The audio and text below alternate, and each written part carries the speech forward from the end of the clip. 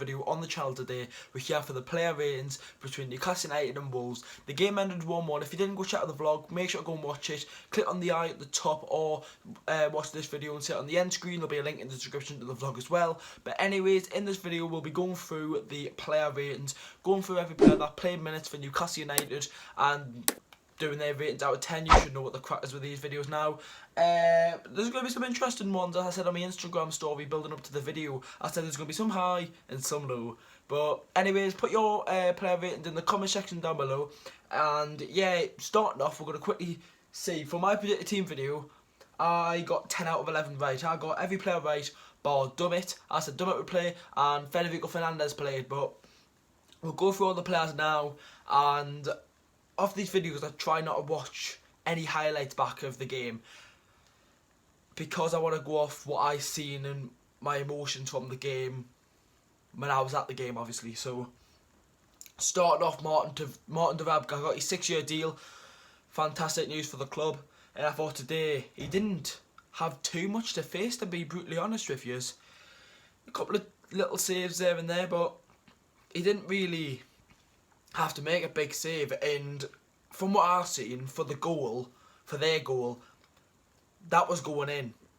I'm in the Gallagher, I'm right, and it's right next to the away fans, the opposite side of the goal. It's hard. It's not hard for me to see, but it's like, it's not as great as sitting in the Gallagher end. It's better in the Gallagher end, as we all know, because obviously it's a lot more closer. But Martin Dovabka, I'm going to give a 7. For the goal, for me, I think it's going in, so he just tips it over. And I haven't seen back, but who was on Johnny? Because you've got to be on him. You've got to be on him. You can't let that shot go off. You really can't. But for me, Dovabka gets a 7. Yedlin, I thought he was our worst player in the first half. I thought in the second half he tried to do stuff on that right-hand side. Him and Miguel Almiron supported well. But I think it's Miguel Almiron's English that's going to lack him from getting stuff in the squad, and you could see it was frustrating for them to try and speak to each other, because obviously Yedlin's completely English, speaks English, and Almiron speaks Spanish, so it's hard for him. But anyways, DeAndre Yedlin, I thought the first half he was quite poor. Some of the touches and some of the passing he's done in the first half was really, really bad. I'm going to give DeAndre Yedlin a 5 out of 10.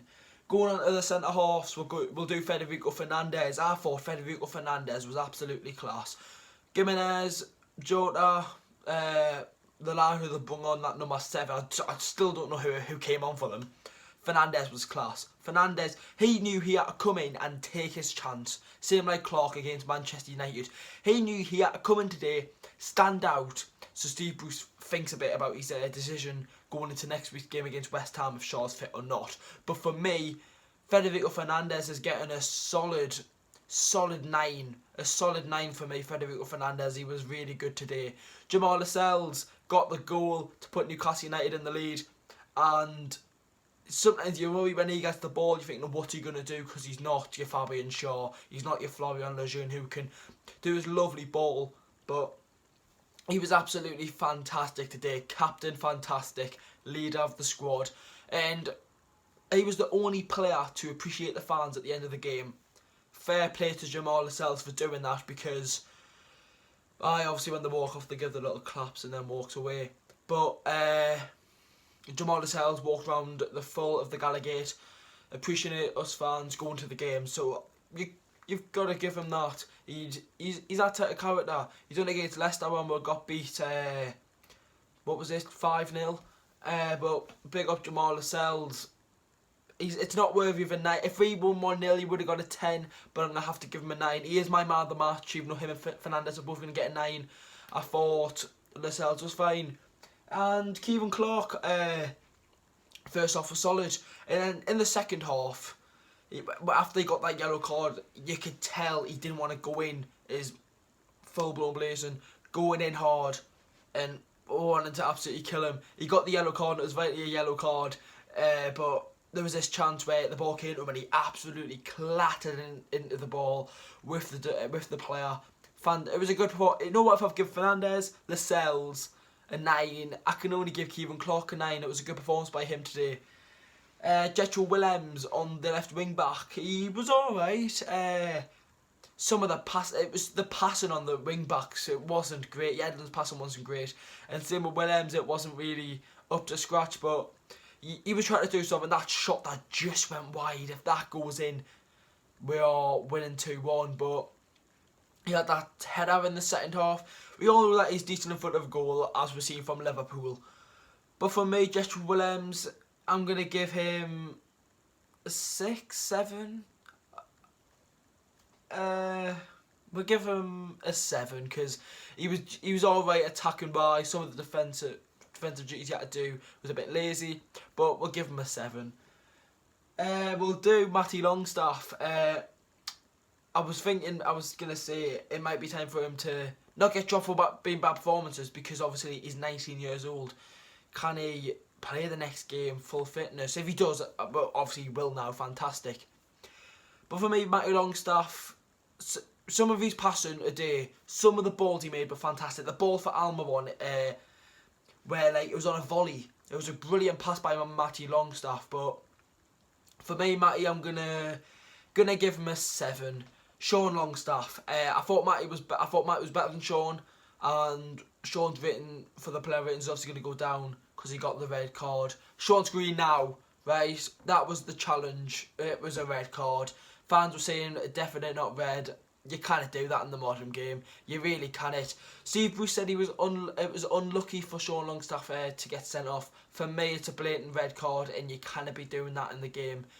Sean Longstaff, I didn't think he was particularly great. Didn't think he was absolutely fantastic.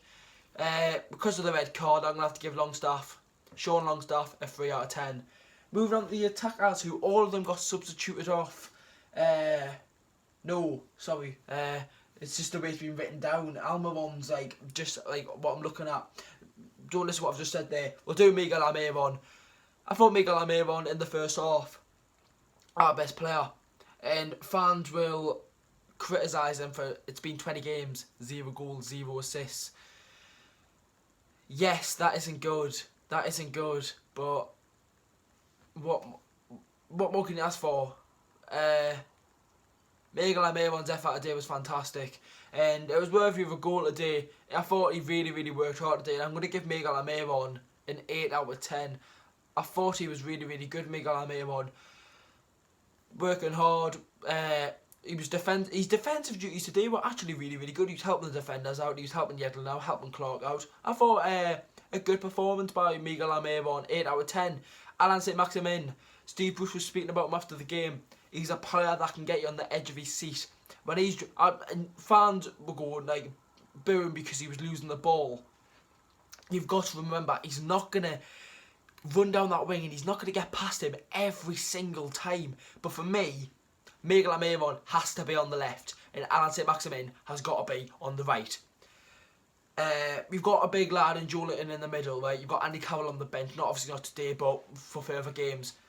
Why not put balls in the box? Because in the training and when we're starting the game, when we're warming up, what did Newcastle do? We put crosses in the box. They have the Matty Longstaff and Sean Longstaff there. They play a little ball and they play it off to the right back, and then they get the ball to the box and they've got Alan, Miguel and Joel all in the middle.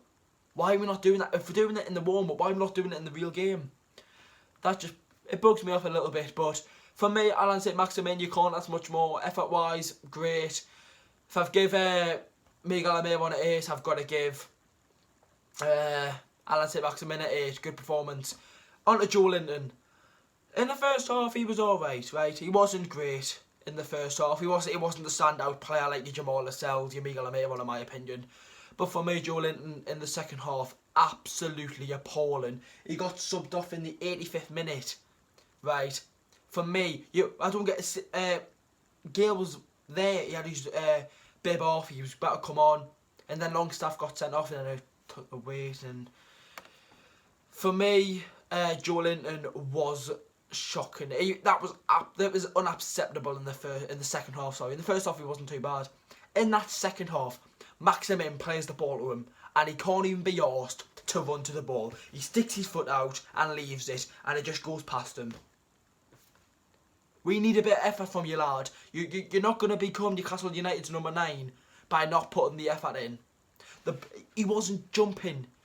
The ball was coming to him, right? Connor Cody's behind him. Joelinton's bigger than him. But somehow Connor Cody can jump over Joelinton, win the header, and then Wolves can play their football. Why? Why Joelinton? Why did we not just sign Rondon? Cheaper, 16.5 million. He wanted to sign for the club. He knew the players already. He's guaranteed your goals. And I am going to say this, right? Joelinton has got more Premier League goals at this stage in the season than Rondon. But we all knew Rondon could get goals because it takes time for a striker. And I understand that with Joelinton. But because Rondon wasn't this bad. Rondon just got very unlucky. His crossbar hit against Spurs on his debut. Small stuff like that. His little injury. But Joelinton today was unacceptable. I'm going to give him a 4 out of 10. Substitutes, I'm not going to rate any of them. I want to quickly talk about John Joe Shelvey. If you remember the situation, September 2016, John Joe Shelvey got a 5-match ban or 8-match ban? He got a match ban for a long time. And it only came around December time. Why, you ask? For being racist to Saiz, who actually played today in centre half. And the Wolves fans were chanting, "You racist bastard! You know what you are. You know what you are. You racist bastard!" And it hurts me to say this, but fair play, Wolves fans. Like, Shelvey shouldn't have done that. And I know it's been nearly 3 years since that incident, but they'll always remember him for that, right? And for me, for all the substitutes didn't change the game. Gale wasn't on for long enough. Shelvey, some of the times, I think them chants got into his head a bit. But anyways, let's rate Steve Bruce. Steve Bruce today, you can't fault him for his team selection. He set up very good in the first half, and he said he doesn't know why we just didn't turn up in the second half. Gotta give Steve Bruce a 7 out of 10. You can't fault him. You cannot fault him for not picking up the 3 points today. You cannot fault Steve Bruce. Newcastle United sit, if wants to load, still 17th in the table. Cheers, Jose, for getting us out the relegation zone. But when you look at the table, if we win our next game and Wolves lose, we're ahead of them. It's very tight at the moment. Anyways, lads, leave a like, subscribe to the channel if you haven't already. Watch the vlog. You should maybe see it on screen now or on the end screen. Just in the last 15 seconds, it'll say on screen. Anyways, I'll see you all in the next one, lads. How are the lads? Up the marks. I'll see you all in the next videos coming to the channel soon.